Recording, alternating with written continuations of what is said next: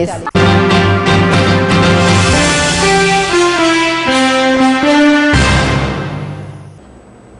બાદ પુનઃ આપનું સ્વાગત છે। સમાચારોમાં આગળ વધીએ। આજે અખાત્રીજ છે અને જાહેર છે કે અખાત્રીજના દિવસે સૌથી વધુ લગ્ન હોય છે અને આ લગ્નોની મહેફિલોને રંગીન બનાવવા માટે લગ્નના આયોજકો લગ્ન દરમિયાન દારૂની મહેફિલ સજાવતા હોય છે। લગ્નમાં વધી રહેલા દારૂના ચલણને લઈ વિદેશી દારૂનો વેપાર કરતા વેપારીઓ પણ લગ્ન ગાળા દરમિયાન દારૂનો વેપાર વધારી દેતા હોય છે અને દારૂનો મોટો સ્ટોક કરતા હોય છે। ત્યારે આજે આવો જ એક બુટલેગરને દારૂની હેરાફેરી કરતા પોલીસે રંગેહાથ ઝડપી પાડ્યો છે। આ બુટલેગર એક બે નહીં પરંતુ 239 વિદેશી દારૂની બોટલ રિક્ષામાં લઈને જઈ રહ્યો હતો અને પોલીસે તેને ઝડપી પાડ્યો છે। ડીસા શહેરના ટેકરા વિસ્તારમાં રહેતા કનુભાઈ માજીરાણા ડીસાના ગાંધી ચોક વિસ્તારના મેહુલભાઈ મોદીનો માલ લઈ દારૂની ડિલિવરી કરી રહ્યા હતા।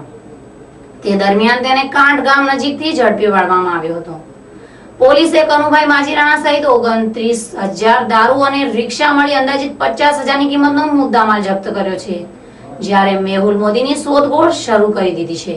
આજ રોજ અમે પોલીસ સ્ટેશનમાં હતા તે દરમિયાન અમારા પોલીસ ઇન્સ્પેક્ટર શ્રી એમ કે રાણા સાહેબનોએ હકીકત આપેલ કે કોટ રોડ ઉપર એક રિક્ષા દારૂની ભરેલી આવે છે તેવી હકીકત મળતા અમને સરકારી ગાડીમાં તત્કાલ રવાના કરેલા અને કોટ ઉપર જતાં એક રિક્ષા આવેલી તેને ઊભી રાખી ચેક કરતા તેમાંથી ઇંગ્લિશ દારૂ નાની મોટી વિદેશી દારૂની બોટલો કુલ 239ની મળી આવેલી અને તેને અમારા સ્ટાફના માણસોએ ડ્રાઈવરને ભાગતો પકડેલો અને લાવી પોલીસ સ્ટેશને અટક કરેલ છે અને આગળની તપાસ ચાલુ છે। પોલીસે પણ ડીસા શહેરમાં આવેલા રિસાલા બજાર વિસ્તારમાં મહેશ મોદીના નામના આરોપી ત્યાં દરોડો પાડ્યો હતો, પરંતુ પોલીસને જોઈ આરોપી મહેશ મોદી ફરાર થઈ ગયો હતો। જ્યારે પોલીસે તેના મકાનની તપાસ કરી તો તેમાંથી 11 બોટલ બિયરની બોટલો મળી આવી હતી। मैं तथा पीएसआई जे मोदी साहब तथा डी स्टाफना माणसों डीसा टाउन में रिसाला बजार में पेट्रोलिंग में था दरमियान अमने हकीकत मळेल के गांधी चौक में एक महेश कुमार मोदी नामनो इसम गैरकायदेसर इंग्लिश दारू वेचे छे, जेथी पंचो साथे तेना घरे रेड करता पोलीस ने जोई नासी गयेलो અને જેના ઘરમાં તપાસ કરતા 11 બોટલો ઇંગ્લિશ દારૂની બીએની મળી આવેલ છે, જે અંદાજે કિંમત 1100 રૂપિયા છે, જે કબજે કરી તેના વિરુદ્ધ કાયદેસર પ્રોહિબિશનનો ગુનો દાખલ કરવામાં આવેલ છે।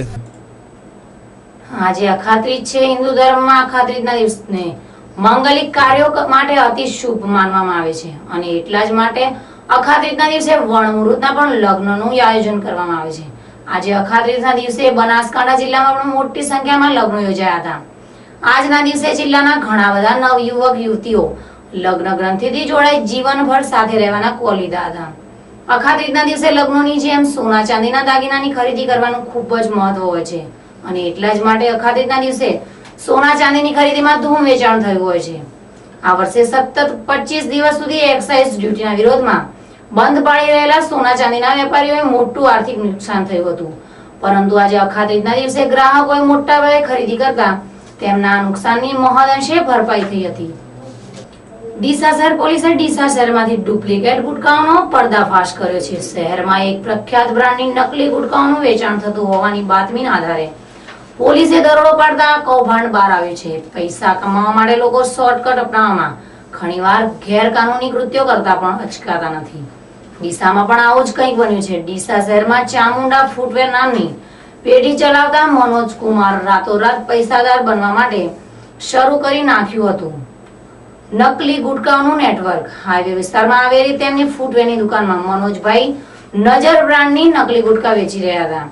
છેલ્લા ઘણા સમયથી ચાલી રહેલા નેટવર્કની પોલીસને ભનક આવી જતા પોલીસે ચામુંડા ફૂટવેર પર દરોડો પાડી આખું નકલી ગુટખાનું નેટવર્ક ઝડપી પાડ્યું છે।